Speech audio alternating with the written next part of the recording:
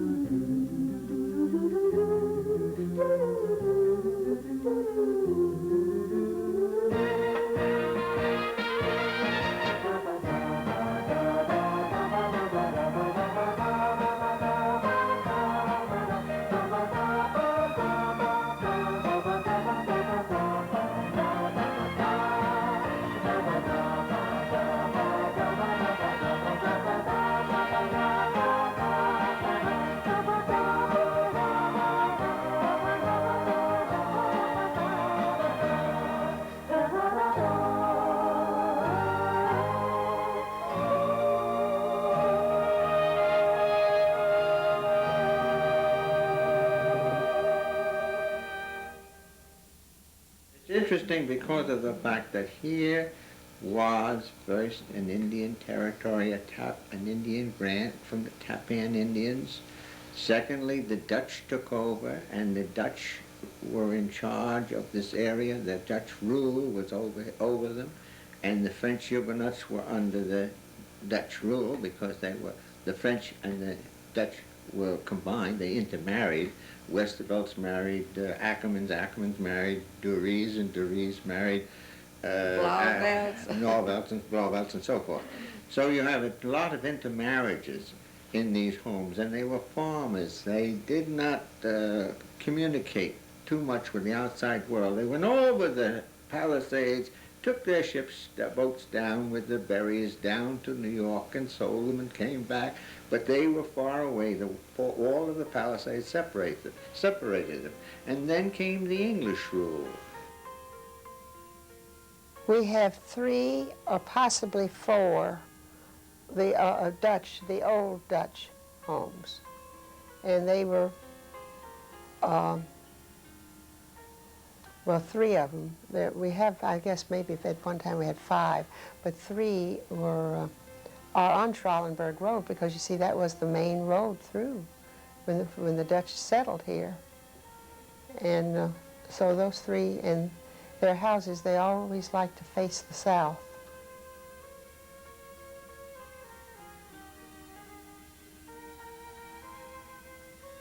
Oh, there was an ad in the New York papers about the land that was on sale in this area through the Boston Land Company. So they came out by train, and there was a carriage, horse and carriage, at the station to take them around to show them the different plots. So they bought the back lots and the front lots, but they had difficulty in getting the title to the front lots because that company was known to sell land over and over again, you know.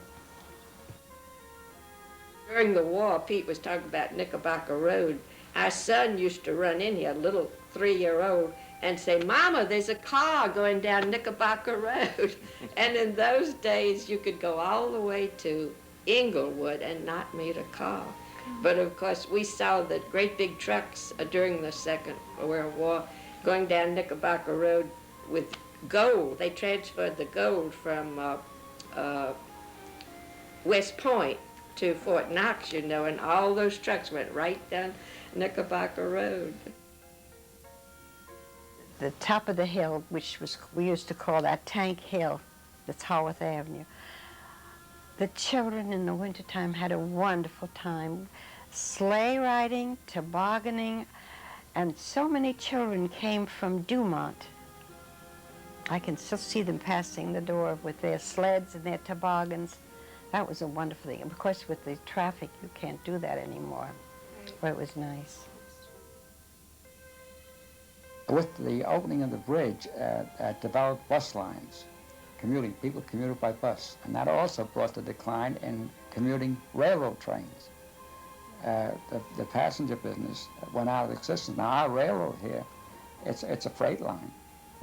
No more passenger service to New York.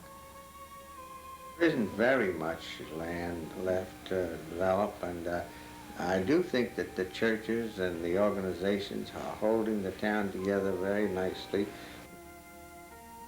What else about the town has made it special? I think it's something intangible. There's something about it. Makes you want to stay here all the time instead of going to greener pastures. Haworth, particularly in the spring of the year, is perhaps the loveliest community in Bergen County.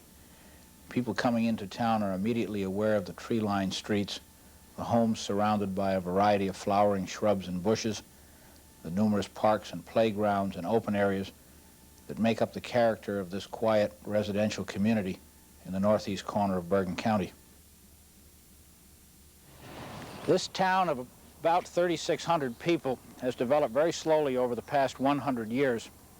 Here in the western portion of the town where we are now, the first planners and developers came in the late 1800s, and the first real spurt of building took place during the Victorian era, 1890, early 1900s. In fact, my home was built in 1898, one of 3 similar Victorian residences. This one was occupied by Brigadier General Henry Martin Robert, who in 1876 had written Robert's Rules of Order. He and his wife lived here for about 5 years and were very much a part of the Haworth scene. Right after the First World War and into the early 1920s, there was another building boom, and a number of homes in the southern portion of town were built during that period. Much of the life of the community centered around the railroad, since many of the residents commuted to New York until that service ended in 1959. In the early 1950s, a large tract of farmland and open space in the northeast corner was developed, and we call that area today the Manor. This particular area was developed primarily with split-level and ranch-style homes, and quite a few of the original owners still live here in Haworth. It is interesting to watch the trees growing and maturing in what was just 30 years ago a large open area. During the 1960s, we saw a great deal of major construction. The 3 churches, St. Luke's Episcopal, the First Congregational Church, and the Sacred Heart Catholic Church, were either built as new parishes or older churches were replaced with new major buildings. The Haworth Golf Course was built on land acquired in part from the Hackensack Water Company and is today one of the loveliest courses in the county. As you drive down Lakeshore Drive along the reservoir to get to the golf course, you pass the Hackensack Water Company filtration plant, which was built during the same period and which we now understand will be expanded in the next few years. The municipal center on our main street, Haworth Avenue, was completed in 1963, and there are discussions at the council table now about the feasibility of expanding this building, which houses the borough offices, the library, and the police department. The appearance of the police department, as we are familiar with it, has developed through a history of its own. The first peace officers were appointed in 1904 during the organizational meeting of the borough. They were marshals who were paid hourly for the duties they were called to perform. In 1925, an ordinance was passed creating a regular police department, and Edward J. Menzie became the town's first regular patrolman. His equipment at the time consisted of a telephone in his home and an Indian motorcycle, for which we see he is appropriately dressed. In 1928, Patrolman Menzie became chief until his retirement in 1964. Over the years, the department has kept up with the improvements in community protection, and today, its 11 officers and 2 civil dispatchers maintain a 24-hour desk service with 2 cars on the road at all times. Many safety and crime prevention programs have been instituted by the department. For example, this home security check. Here, Sergeant Anthony inspects a home whose owners have followed his suggestions from an earlier survey. Back here we've got the door to the garage. This has also been alarmed, but also we have installed the heavy-duty lock taping on the outside to prevent any tampering with. We also have the heavy-duty strike plate. And we only have the single deadbolt on this because there's no windows to be tampered with. Okay, so basically you're in good shape now with the alarm system. The locks have all been done. The basement windows have been alarmed. Right. So that covers the basement, and we should not have any problems at all. One program, the Rifle Club, has a very young following and a purpose of its own. A couple of years ago, the Haworth Police Department, along with the school, decided that we needed a program of some type where the police and the youth at the school would be able to meet on a outside basis, away from police cars, away from the function of the police department, in a more natural setting, in a more in a setting where they would be able to accomplish something together and learn a little bit about each other. So along with a couple other programs, the Rifle Club was started. It gives me something to do after school, and I think it's fun, so I go. It was different than most things I've ever done. It's pretty easy to learn, really. Nice and easy. I like to do it. Yeah, they're very nice cops. They're helpful. Helpful. They give us a lot of advice for our firing and aiming. Okay. Those are 9 .32 caliber rounds coming out of there with every shot. We have a report of smoke coming from the Haworth School on Valley Road. 4-0 received. Finally, we acknowledge the training of the officers whose skills we depend on for the most serious of emergencies. Emergencies that could endanger our homes, community, and loved ones.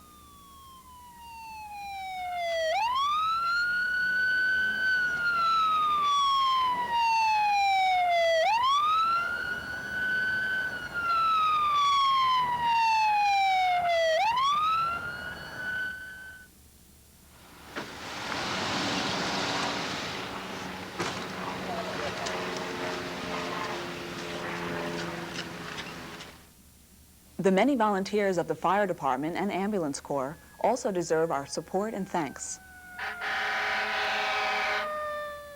We met one volunteer at a leisure club meeting.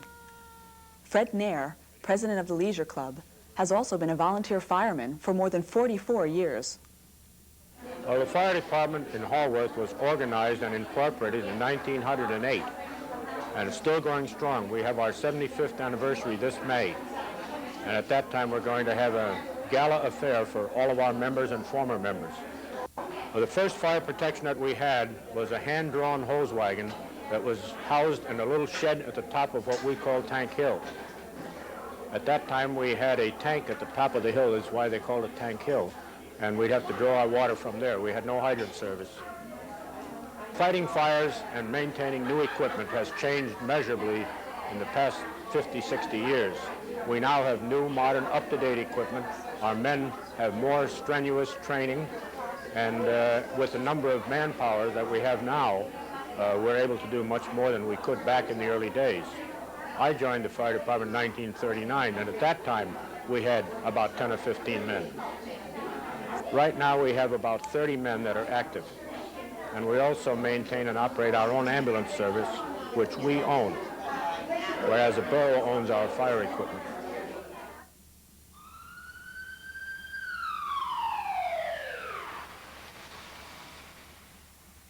Here at the Leisure Club, Fred is not the only active person. Many members work to inform each other of senior citizen benefits, activities within the area, friends who have taken ill, and to plan trips and parties. On this day, arrangements have been made for some local entertainment.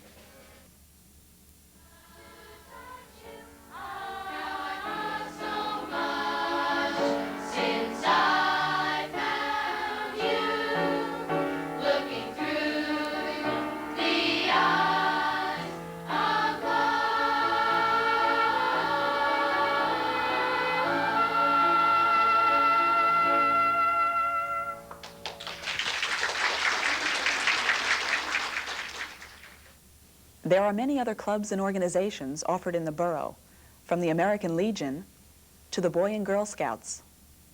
The swim club has been a favorite, and in fact, was the first of its kind built in this area. Recently, the Women's Club held their annual flea market, which resulted in great success. Through the proceeds coming from the flea market, we give money to charities, and this year we are going to give some part of the proceeds to the St. John of God School down in Westville, New Jersey. It's a school for retarded and handicapped children. And it's a very nice day, and I think that we should be able to give a sizable amount of money to this worthy cause.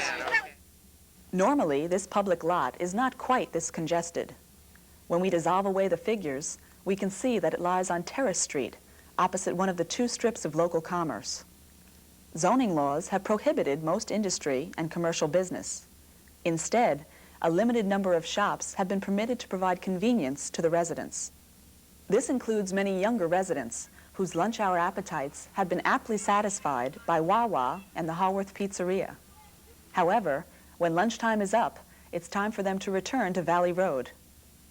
When looking through some old photographs of Haworth's school system, it's easy to perceive the change in our society. Starched bows and inkwells have been replaced by Levi's and computers. The Haworth Elementary School is a kindergarten through 8th grade organization that services 350 children. We, of course, cover all the curriculum areas, mathematics and science and language arts, and we have a very special emphasis on writing skills and poetry. We're also into what we call the philosophy of children, which involves the thinking skills involved in philosophy. It's a whole approach involving logic for children, and there's really no right or wrong answers. We have also, like many of schools, are now into computers, and I think we have really given a great deal of thought to the whole aspect of computer education, and starting in September, we'll have a computer program in the 5th, 6th, 7th, and 8th grade. One of my main priorities is a whole area on physical fitness. We were very fortunate to get a grant from the Wells Fargo Bank in California, and by late spring of this year, we should have a physical fitness course right around the periphery of the school and across the street into the public park. That in essence, I think, is some of the highlights that makes the Haworth School a little different, hopefully a little better, and makes a contribution to the most important commodity we have in this country, and that's the children that we service. Thank you. The construction of the Wells Fargo Fitness Trail will provide a greater choice of activities for all residents to participate in. One popular selection, however, is the Haworth Baseball Association. They recently held opening day ceremonies. Take me out to the ball game. Take me out with the crowd. Buy me some peanuts and cracker jack. I don't care if I never get back. Let me root, root, root for the home team. If they don't win, it's a shame. For it's 1, 2, 3 strikes you're out at the old ball game. The work of many volunteers in a program such as this, and the maintenance of these public parks and fields, reflects the support and pride within the community. Haworth is fortunate in other respects as well.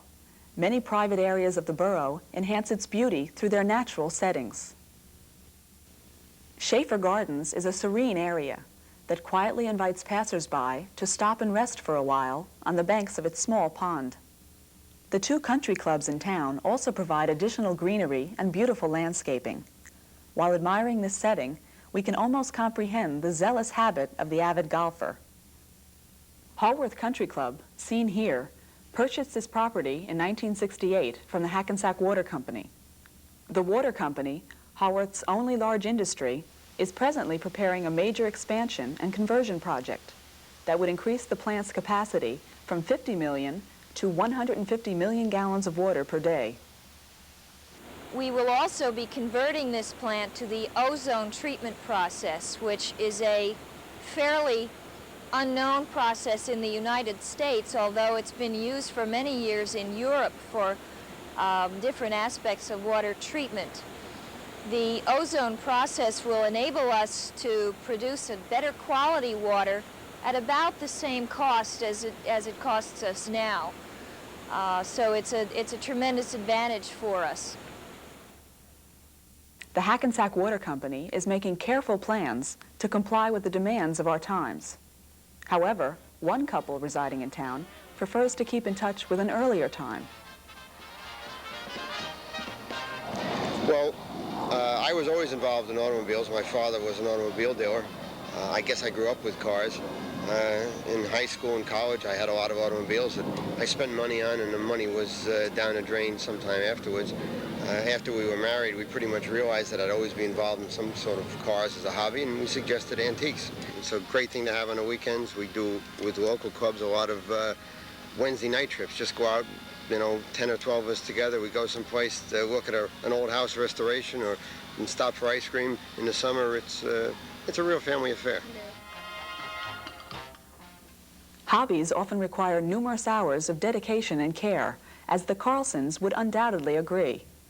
At least 3 hours must be spent grooming each of their Great Pyrenees before entering a competition. In grooming them, the principal thing is to brush them, see that all the soil is brushed out. Occasionally we use cornstarch. That helps to take out the excess sand. And their feet have to be groomed, their toenails have to be clipped, and they don't like that very much, though. Olaf, who is an American-Canadian champion by American Kennel and Canadian Kennel Championship. In other words, he has been judged by various judges to be the type of a Great Pyrenees dog. Now, when you are showing dogs, you show dogs for how they conform to standards. All dogs have certain standards. They should be so high. Their eyes, now I shall say about Great Pyrenees, their eyes should be tight, a dark brown preferably. They should have dew claws, and the dew claws are on the rear 2 feet. They are what people think, or Pyrenee owners think, are used as snowshoes in the mountains of the Pyrenee Mountains to help them climb the mountains and in the snow. That is what they think it's for, also to give an additional grip on the ground. This hobby also has a unique reward. Mrs. Carlson has discovered a fascinating use for the hair collected from many hours of brushing. Whenever we brush our dogs, and we have a loose hair left in the brush, the combing, we save all that and put it in a bag. And then we have it spun into yarn. And I have come in contact with a lady in Alaska who does the spinning for me. And I have a sweater and a cap and a scarf that was made from the dog's hair. The hobbies of the people of any community are as varied as the people themselves. And here at the Fly Fishing Emporium, Carmen Falaci and Stephen Tiffinger have turned their hobby into a business. The reason why I picked this area here for my shop was the fact of the country atmosphere. The location of the store is adjacent to a little park where people could go and cast their rods when they're interested in buying it, see how the rod reacts. This is done on grass, but if they would like to feel the actual feeling of the rod being cast upon the waters, there's the pond out in front on Haworth Avenue that we use. Our shop here is a specialty shop which deals strictly with fly fishing, where we're using artificial made flies that would simulate aquatic insects, terrestrials such as the ant I'm tying now, the beetle, the inchworm, and so forth. What we're doing here is we're tying flies, and in this case we're tying a fly that imitates a minnow. The idea of these flies is we're trying to catch trout mainly. You could also use them for most other type of fish like pickerel, bass, pike. Mostly we fish for trout, and so we tie a lot of trout flies. And what mainly attract trout in the water is the silhouette, if it's a familiar food form, and if it moves water. As most people know, trout have what's called a lateral line that runs down their side. With this lateral line enables them to feed in real murky water. Fish can't actually see very well in that water, but their lateral line lets them feel the prey. They can feel movement through that line. It's just another form of nervous system, more highly advanced actually than ours, that these fish have so they can survive. So that's a finished matuka. The presence of this shop in the center of town just may have something to do with the impressive turnout at the annual fishing contest.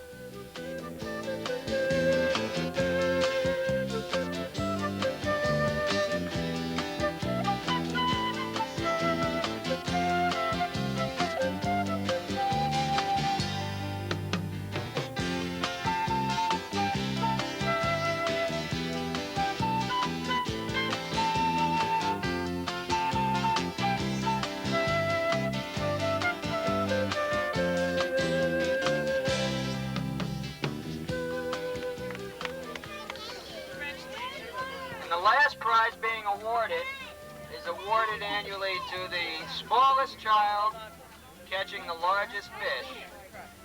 And unfortunately, this year, that child had to go home to take a nap. She was so small. The people who developed Haworth almost 100 years ago had a vision of a community of one-family residences, tree-lined streets, lots of green, open spaces. And over the years, the people who have come and lived in Haworth have worked very hard to maintain that particular quality of life. I think as you examine a community like Haworth, you have to recognize that the real strength rests with those volunteers who over the years have given so freely of their time and talents to maintain and build Haworth into the very fine first-class residential community that it is today. Without their interest, without their concern, without their dedication, we would not have the nice community that we have today.